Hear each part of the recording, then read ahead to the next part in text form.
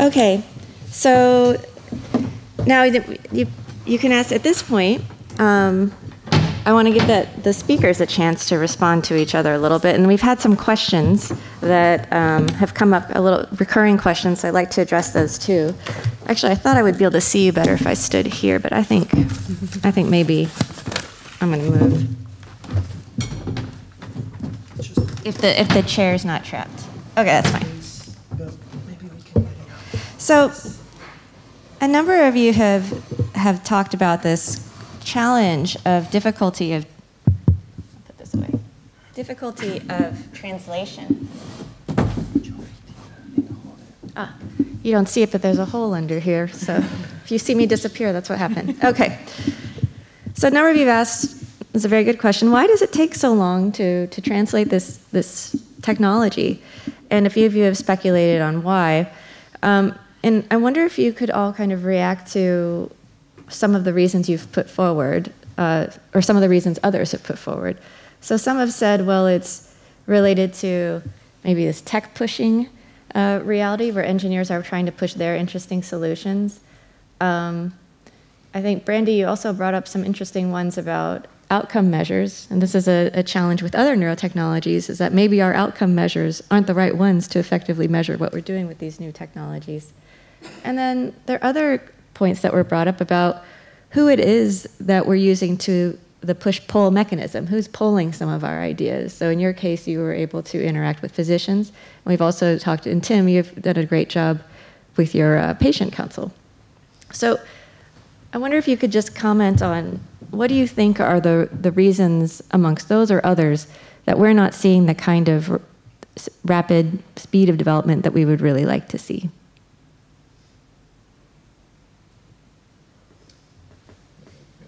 Yeah, perhaps I'll get started with coming back to the example that Dr. Ducret spoke about. This is not a sprint, this is a marathon, but it's a marathon it's also as expensive as playing polo, right? So it's an endurance sport, but it's one of the most expensive sports. And so the continuous access to capital, I think, is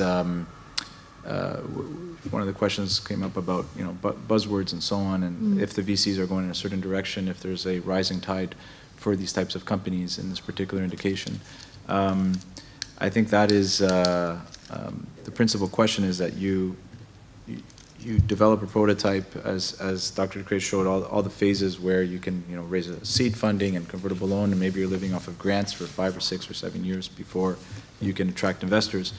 But what happens is that you reach a milestone, and it could be your first patient, or it could be the first prototype, and then you've got to stop everything and go raise money and say, I reached this milestone, so will you give me money for the next milestone? And you think that happens the day after the milestone. But it doesn't, because, for example, our very first acute patient in 2012, until we got to that first acute patient, like, nobody believed that this directionality was going to work, right? And so everybody's just watching, like, can you actually decrease side effects and increase the beneficial effects of DBS? And then it's like, yes, but it's patient number 1. So, and it's like, well, yeah, but you only have 1 patient. So come and see us when you have 10 or 13 or 20. And so and before that, even the people that are willing to invest after that milestone, when you're speaking to them, they're like, well, you haven't met the milestone yet. So I will invest or support the company after you reach the milestone. And so there's a gap, and you could be in a lot of trouble in that gap between your demonstration of the technology, or your clinical demonstration, or patient outcome measurements, and your ability to raise capital. And so that, I think, is a very important factor, especially for projects that are very long, because the world can move on, and they can get interested in another medical device field or another biotechnological field or something completely different, and capital moves in that direction. And so you can find yourself, as Dr. Ducret said, any project that is lasting more than 10 years, it's in a tough spot. It's in a tough spot, because the world has definitely moved on after 10 years. That's interesting. And I've also heard that from investors that this is just a tricky spot for them to even desire to invest in. And that's an unusual investment space, as you pointed out, where you have, you know, that your typical investor maybe doesn't want to wait so long to see effects. They're worried about getting that return. But so in filling in that gap or maybe these billionaires who have different kinds of incentive structures, who maybe aren't beholden to other guardrails that we might have in place. Did you want to add into this as well? You mean the type of investor, or just the general question? Yes, the general. Yeah, I would probably want first to go just one step back before you reach your deadlines or milestones when you run out of cash. It's that if you want to introduce a new material or a new technology in the brain or in the body, you have to demonstrate that it will stay stable in the body and that it will not be toxic or carcinogenic and all these kind of things. So, and these are long studies. You have to put your materials for long tests. First you do passive tests, and we are talking, you know, things that are going to reside in the body for 20 plus years. When you talk about pediatric applications, like cochlear implants as well, they could stay a lifelong in those people. And even if we can accelerate the aging of materials, it's never exactly the way it ages in the body. So in theory, you would want to wait for 25 years to know that your devices will really not be bad for people, and you have to build them, you can't sell them, so you make no revenue. It's a disaster, right? So you have to accelerate. You have to take a certain risk of putting something in a body that has not been fully demonstrated not to disintegrate and cause illness after 15 years. And yet, this forces you to wait for 1, 2, 3 years with many samples in the lab, and you need a process that is going to be the process that you will have in your final product. Otherwise, it's not representative. So first, you need to develop your process, have your process stable. Then you need to produce samples and put them in the lab, aging for literally years. That's an incompressible timeline. You can give me 1 billion, I won't be able to do it quicker. You can give me 200 people, I won't be able to do it quicker. Did you have something? Okay, thank you, Brandy. The other element, I think, is a real challenge. So I agree with the finance and the other regulatory considerations, but fundamentally, many of the disorders we're looking to help clinicians come up with solutions for, we don't fully understand the neuroscience basis of the disease state or how the intervention might impact it or how we optimize it. And so to come back, the one area where there was success, you know, really in brain stimulation today has been in Parkinson's, I would say, but that's also because historically there was a well-known surgical target. And so they could go in and replace a static surgical lesion with a tonic stimulation pattern. And that we benefited from that in a way, kind of set us up maybe for some false hope of then expanding into other areas such as depression, but I'd even say epilepsy. And so I think part of our opportunity in the neurotech space, and each one of us will have a slightly different strategy, so we don't 100% agree, but it's creative tension. So see it as that, it's creative tension amongst us, but we each choose different strategies. Where I've worked at Medtronic, but also now as an academic, is working on devices that also have scientific instrumentation embedded in them to try to bootstrap and learn. And so it's to the gentleman's earlier point about incremental. So it's definitely an incremental approach because we're building on what's already there, but it also gives us faster access to try out new ideas. And the image I'd have for us of how I see the space is I spent a lot of money at companies building these instruments, and it doesn't make you popular with the investors. And so I was called in to account for some of our investments in research tools. And I showed a video that's on YouTube, and it was, you know, early flight, 1905. And it showed all these people building airplanes. So the airplanes were flapping, you know, their wings, they were crashing, they were out of control, and then, and so all the board of directors are laughing, they're saying, ha ha, what a bunch of fools. And then at the end, the Wright brothers, it shows them actually taking off and flying. And I showed that video because I said 100 years from now, what are they going to look at us at in neuromodulation and laugh at us because we're going to look so silly for what we did. And the reason I share it actually today as well is the Wright brothers and others, French pioneers in aviation as well, stepped back and actually worked on the foundation of wind tunnels and doing measurements and understanding aerodynamics and the like, and that allowed them to have controlled flight.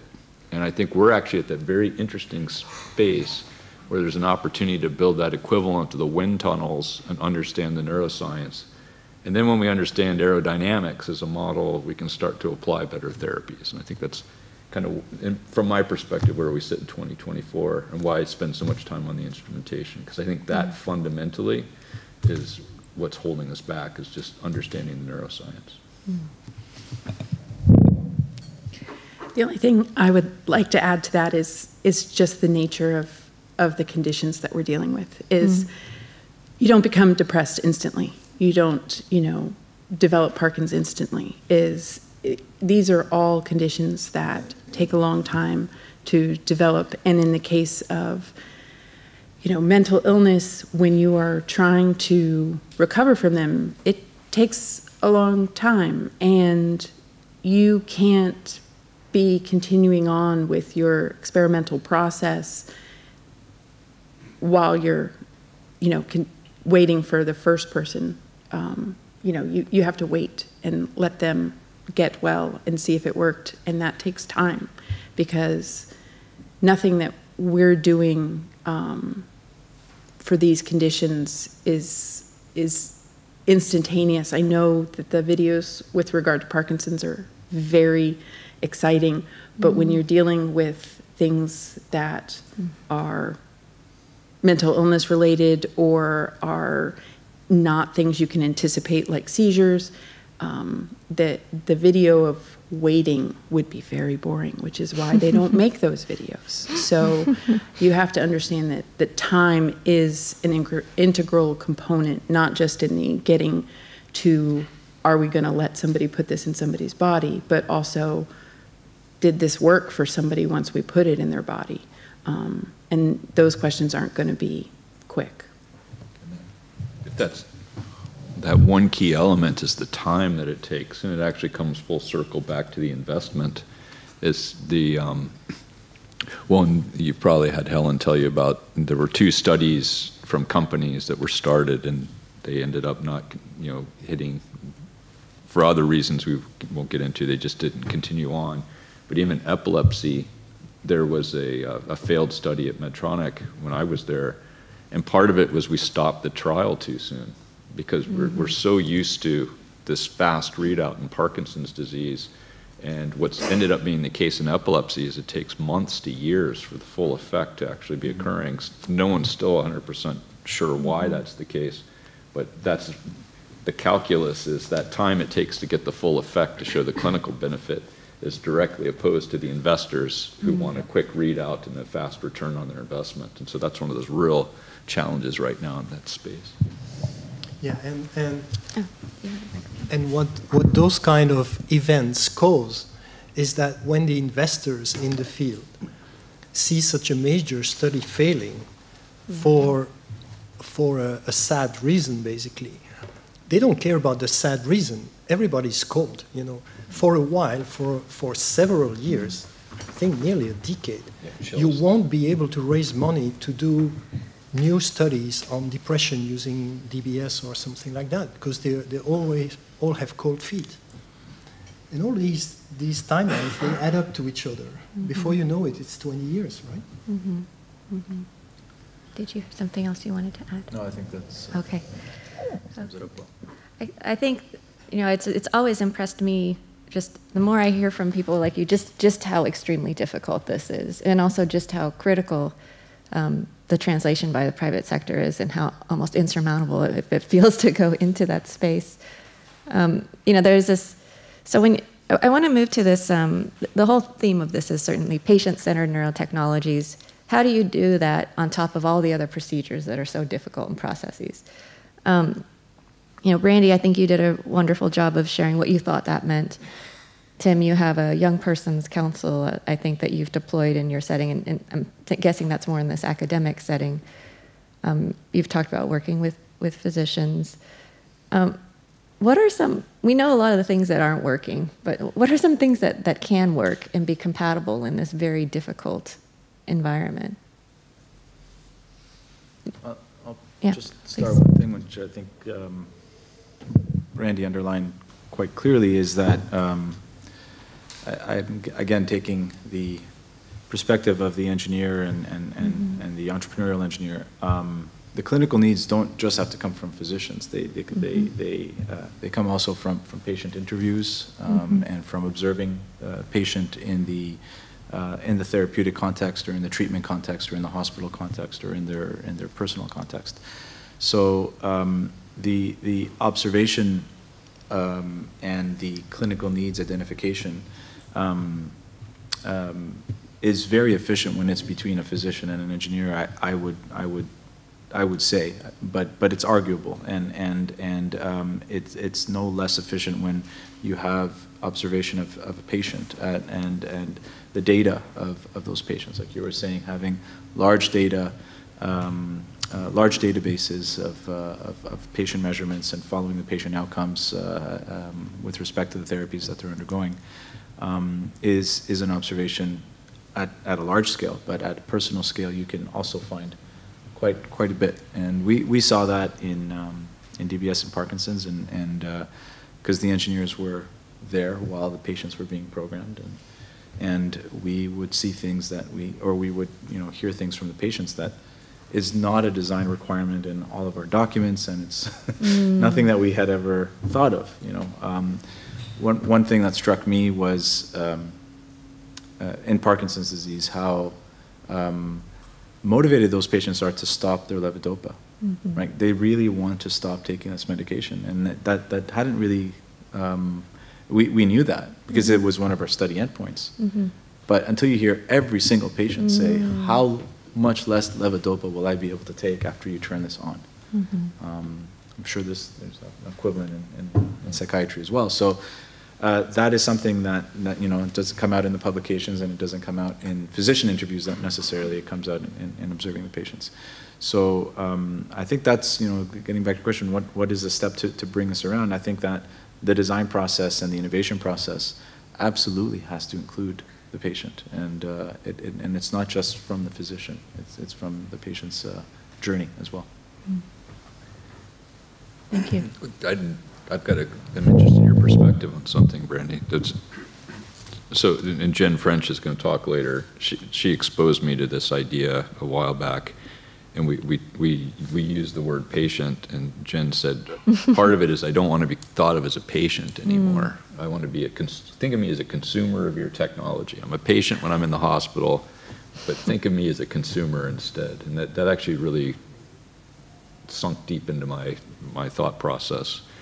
And I think that's the part of, you mentioned investing, or so thoughts on that I'd welcome, of how you'd like to be thought of in these engagements early and often.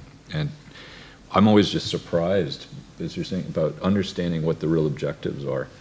And I think sometimes from the regulators, that's lost sight of. So they have to have some metrics to make decisions, and they're getting better at bringing in lived experience people to panels when they're making a decision.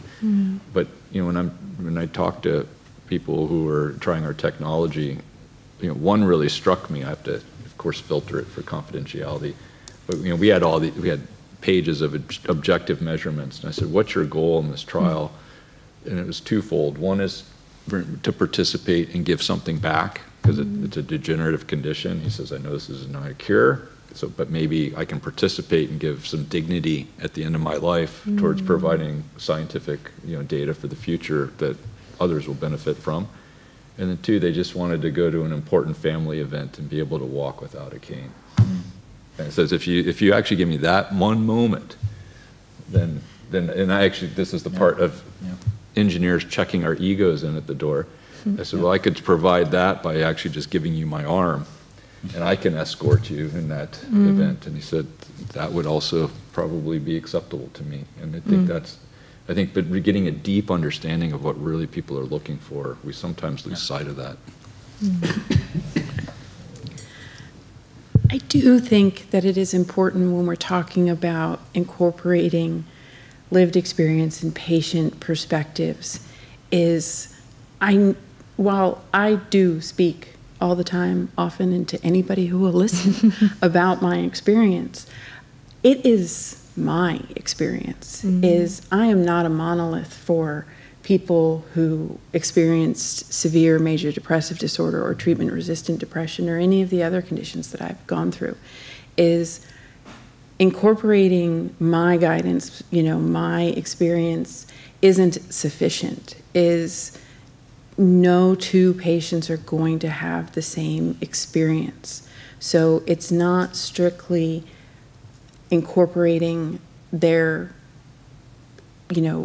data or their thoughts as a patient, but also understanding all of the other aspects of their life that are impacting what kind of care they're getting, whether they're getting, more aggressive or less aggressive care.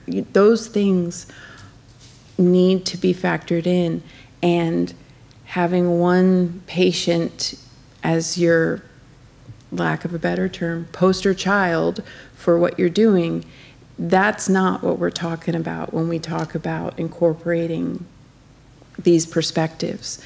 We are talking about a diversity of experiences, of opinions, of life choices, of treatments, of histories.